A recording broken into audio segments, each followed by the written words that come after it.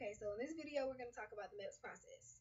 We're probably going to use this whole video to talk about the MEPS process because it is a very long, very long day that you will be spending. Long and drawn.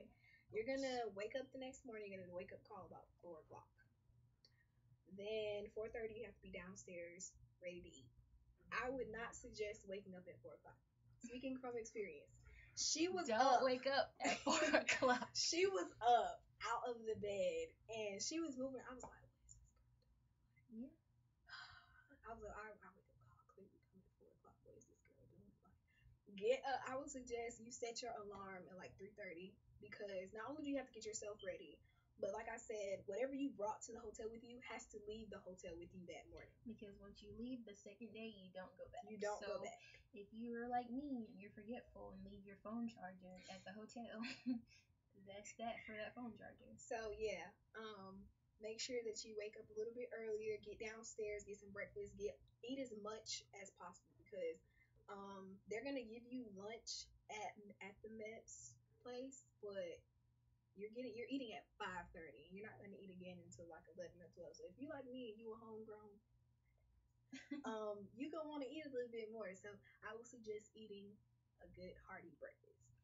To add on to what she said about eating as much as possible, make sure it's something that won't mess with your insides. And I only say that, don't eat a lot of bacon because that has a lot of sodium. And one thing they do test your blood for and your urine for is sodium. Don't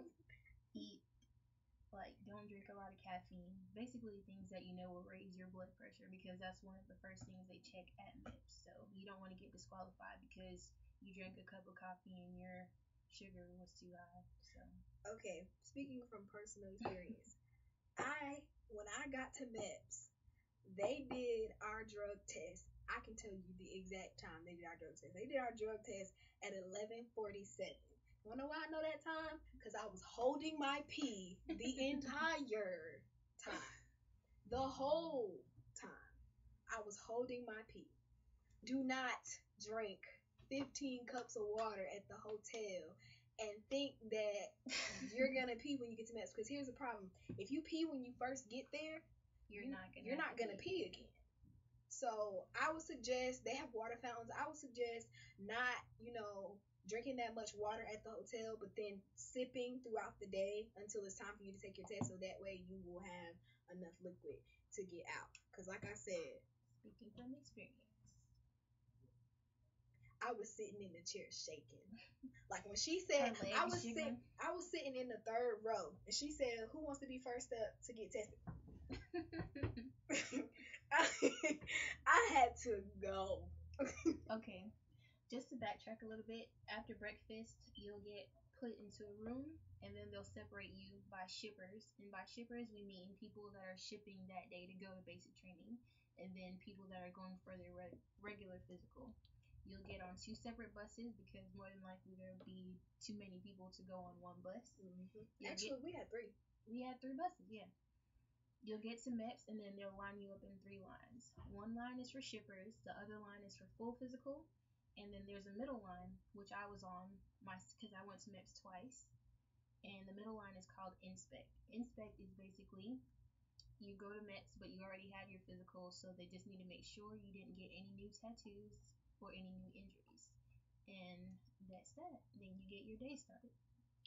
So after you get there, first things first, you walk in, they do you gotta walk through a metal detector and all that type of stuff.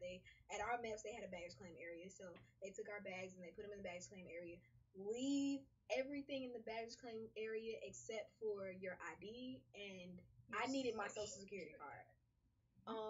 Then you're gonna go get we got our blood pressure done.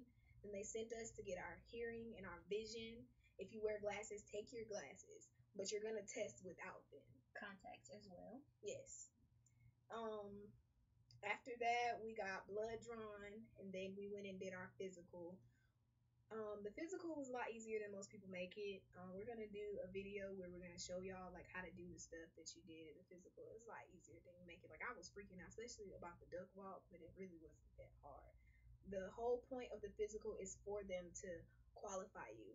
I looked up and got a lady that really didn't want to disqualify people. Yeah. So she was giving us more opportunities. Like, maybe you should push your leg. Okay, do you guys want to try this again? Y'all want to practice a little bit before y'all do it? Like, she didn't want to disqualify us, but if you had an obvious problem where you couldn't stick your leg out straight and it just wasn't working, you gotta go. But if she just kind of knew that you just was kind of confused and you just didn't get it, she was like, okay, let's try again. Maybe we should practice. So, yeah. One thing to keep in mind about MEPS is your recruiter's job is to make it sound as horrible as possible, just to have you prepared. 9 times out of 10, you'll come back to your recruiter like it was not that bad, but they just want you to be prepared for the worst. So I'm sorry, I'm not laughing at her. I'm laughing at the text message, and you know who this text message is from because you're gonna be watching this video later. You know, you a fool. okay. So after you do the physical, when you finish the physical, and they're gonna give you your photo back. They're gonna say, okay, you're qualified. Your physical is, say you do perfect on hearing. That's a 1. Do perfect in vision. That's a 1. I got a 1 in vision, even though I wear glasses. I still don't understand that. The way the scale works is 1 is the best, 3 is the worst. I would get a 2 as far as vision goes because clearly I wear glasses and I really can't see without them. But I got 1s in all. The goal is to aim for 1s. And the hearing test. They put you in a little booth with about 5 other people. Every beep you hear, press the button. It'll sound like it's the person next to you's beep, but it's yours. You know the hearing test that you did in elementary school, where you had to raise your hand. Where you had to raise your hand. It's like that, only you'll have a little clicker. A little clicker in your hand. And you press it. Yeah, everything was pretty smooth about the physical process. I was kind of scared about the needle, but the needle wasn't. I didn't even notice that he had taken my blood until he popped that rubber band and took it off. I didn't even realize. So it didn't hurt, for people that are afraid of needles like me. And again, for your urinalysis, someone is going to sit in a chair in front of your stall. She didn't even sit. Homegirl stood there and watched me like. They have to watch the liquid leave your lower extremities, into the cup. Let me tell you right now, if you smoke, I'm gonna just be honest. I'm gonna just put it out there. If you smoke marijuana, or if you do any other kind of drug, and you are planning on going into the Navy, stop now. Let it go. Don't smoke another blunt. Don't be in the car with your friends while they smoking. Don't be in no kickback and they taking puffs. No, just let it go, because I promise you, for your entire time that you are in the Navy, every single month, somebody is going to stand in that bathroom stall and watch you pee in a cup.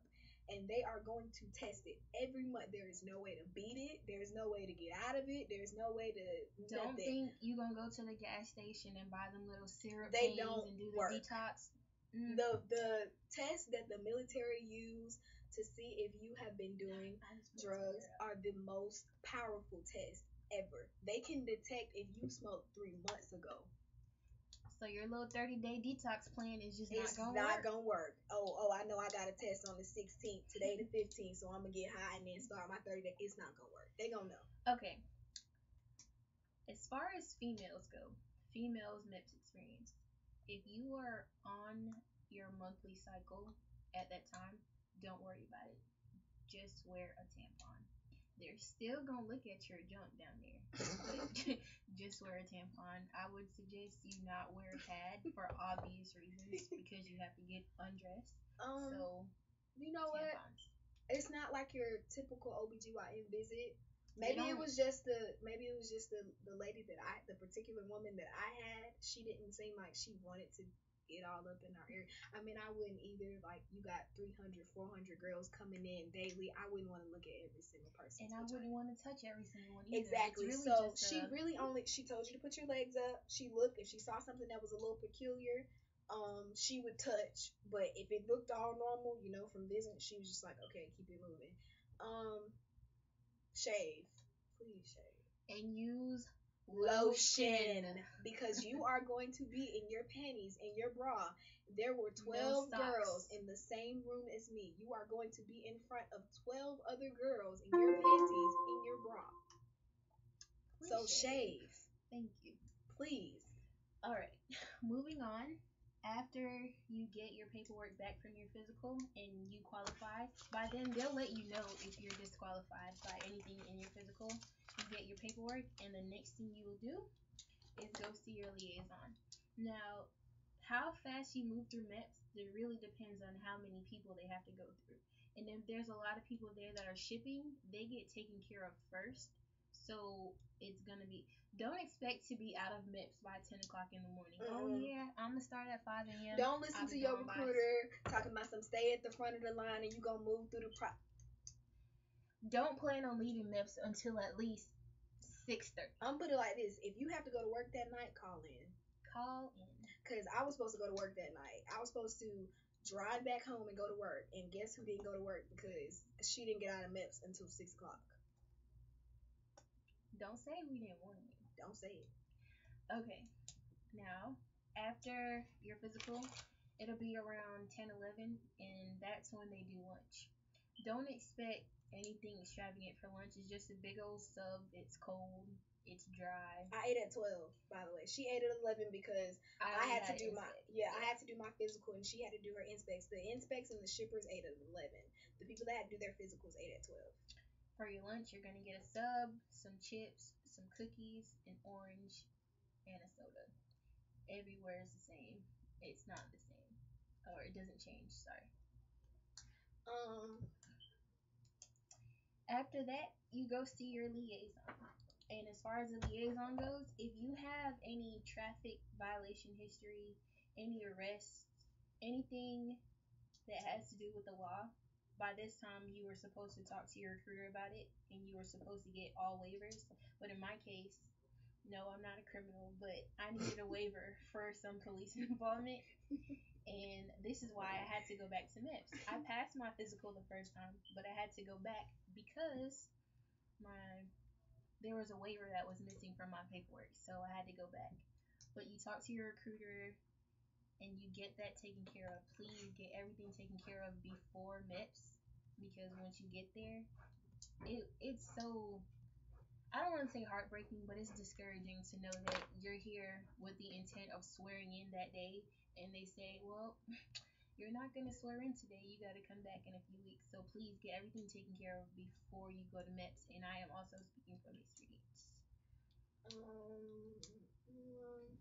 You'll sit in a room after you finish the physical. You sit in your liaison's waiting office, and you will wait. And you will wait. And wait.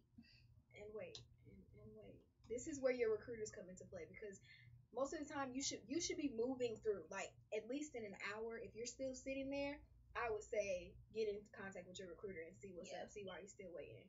But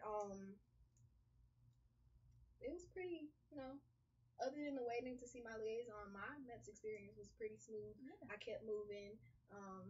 She only had to go once. Yeah, I only had to go once because I didn't have any waivers. I didn't have anything holding me back. I didn't have anything like no. Okay. After that, you get the process of getting sworn in.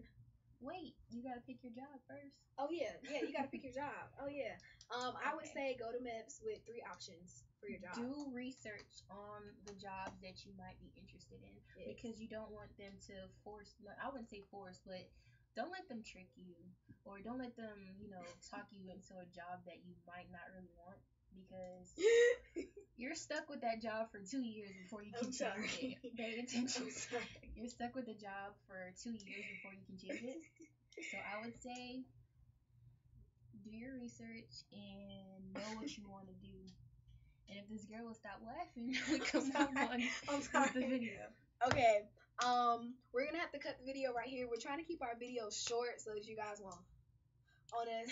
So we're actually at 14 minutes and 30-something seconds. So we're gonna stop right here, and we're gonna post another one called Part 2 of your MEPS experience. So look for that one.